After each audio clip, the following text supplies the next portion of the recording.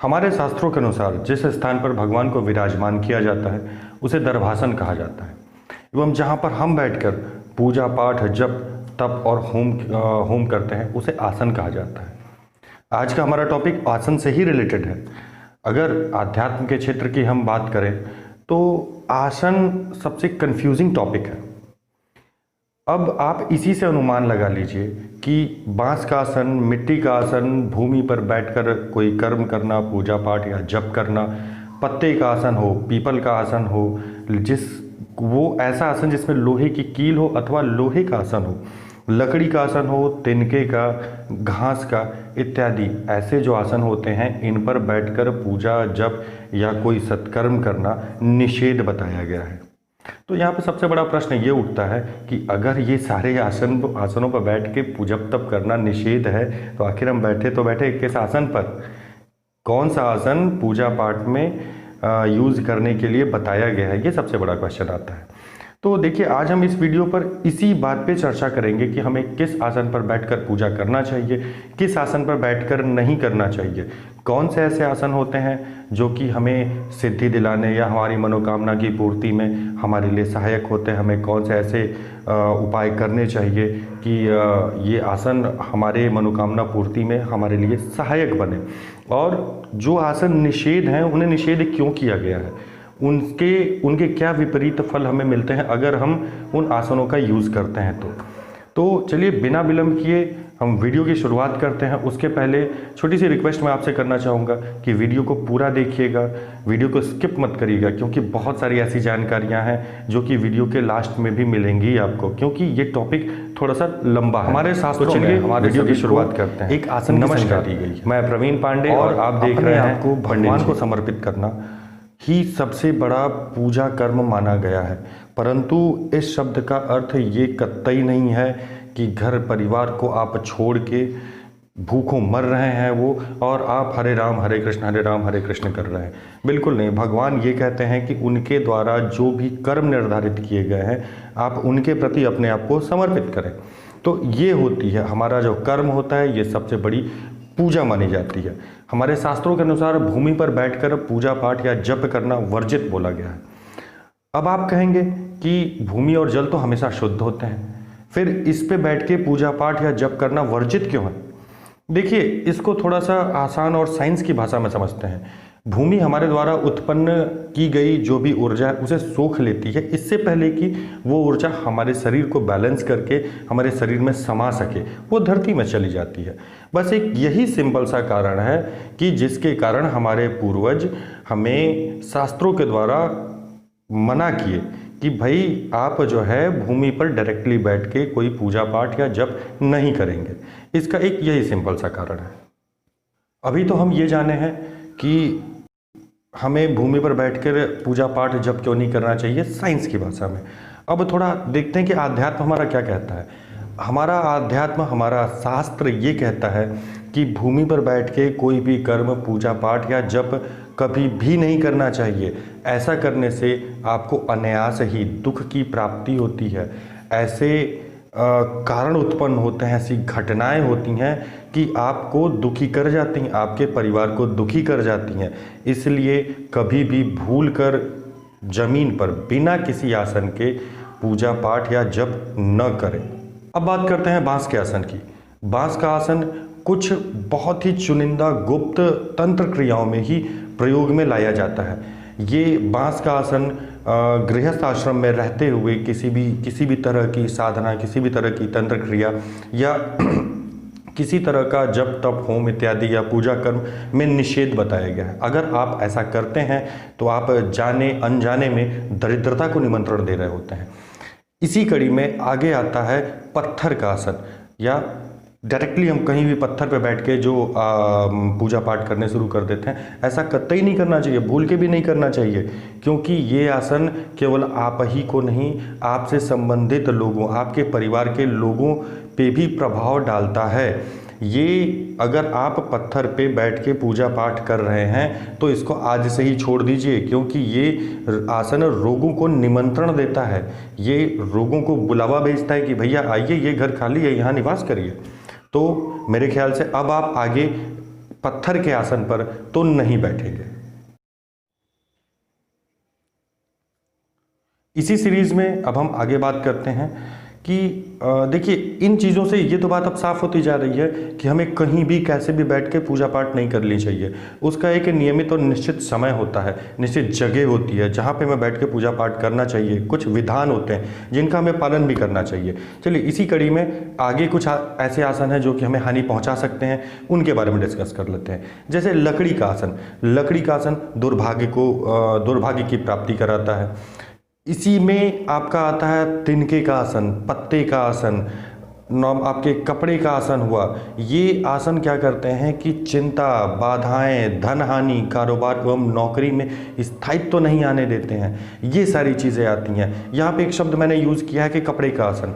देखिए, कपड़ा, अब आप कहेंगे कि कपड़ा, भाई उस समय तो बहुत सारे कपड़े नहीं थे, उस समय भी कुछ कपड़े यूज़ किए जाते थे। तो हाँ, उस समय जो कपड़े यूज़ किए जाते थे वो तो हम उस तरह का नहीं बना पाएंगे, लेकिन सूती कपड़े जिसे धोती वोती बनाई जाती है, उन कपड़ों का यूज़ आप कुछ रेयर कंडीशन में, अगर आप कोई आपके पास आसन है तो आप सूती कपड़े का यूज़ आसन के प्रयोग के तौर पे कर सकते हैं। परंतु ध्यान रहे कि वो कपड़ा जो है वो स्वच्छ होना चाहिए, गीला नहीं होना चाहिए और चौकोर होना चाहिए, उसकी आकृति बिगड़ी नहीं होनी चाहिए। तो ये चीज़ें आप यूज़ कर सकते हैं। देखिए, ये तो हुए ऐसे चीज़ें जो कि हमें हानि पहुंचाती हैं। अब हम बात करेंगे कुछ ऐसे आसनों की जो हमारे लिए बहुत लाभकारी हैं।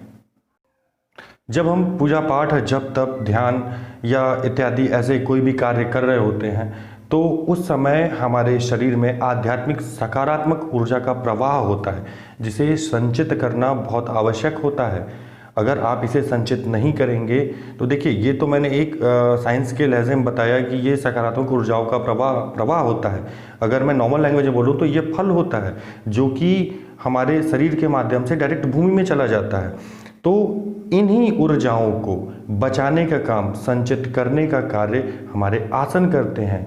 वो आसन जो कि शुद्ध हों एवं आध्यात्मिक हों, ये हमारे शरीर की ऊर्जा को संचित करने में सहायता प्रदान करते हैं। और कुछ तो ऐसे आसन हैं जो खुद ही हमारे शरीर में ऊर्जा का प्रवाह बनाए रखते हैं।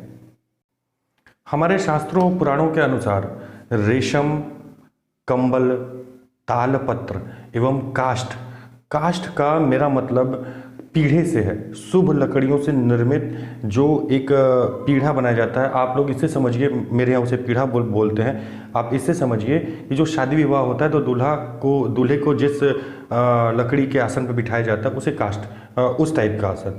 तो मेरा ये काष्ठ शब्द उससे कोरिलेट करता है। तो ये जो आसन है इनको शुभ कार्यों में प्रयोग किया जाता है। लेकिन इसमें और भी ऐसे आसन हैं जो कि हमारे साधना में, जप तप में बहुत ज़्यादा यूज़फुल होते हैं और बहुत ज़्यादा उनका सकारात्मक प्रभाव पड़ता है। तो चलिए जान लेते हैं कि इनमें से कौन सा आसन यूज़ करने से हम पे उसका क्या प्रभाव पड़ेगा।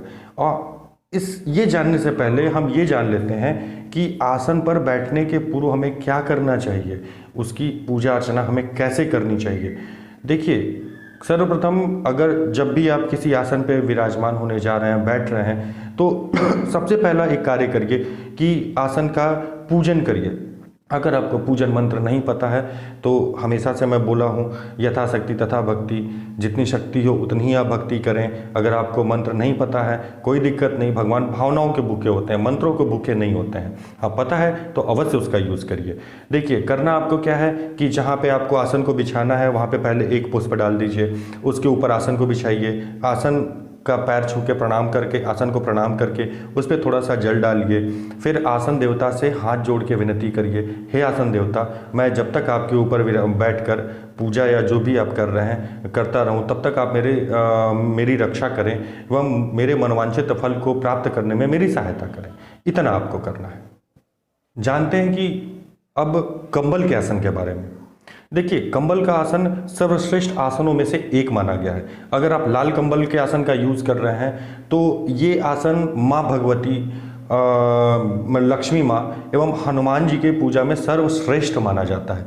अगर आपके पास कंबल के आसन का अभाव है तो आप सूती कपड़े एवं रेशमी वस्त्र का रेशमी आसन का उपयोग कर सकते हैं, परंतु ये बात हमेशा आपको ध्यान रहे कि आसन हमेशा चौकोर होना चाहिए।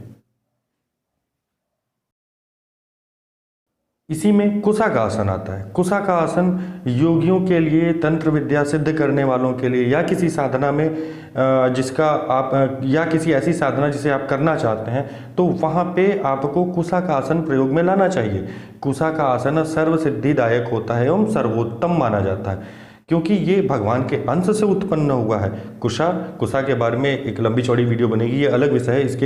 इसके लिए मैं अलग से कोई वीडियो आपके लिए बना दूंगा, इसकी पूरी नॉलेज दे दूंगा, कुसा कैसे तोड़ते हैं, कुसा का यूज़ क्या होता है, पवित्री कैसे बनाते हैं, तो ये सारी चीज़ें मैं आपको बताऊंगा।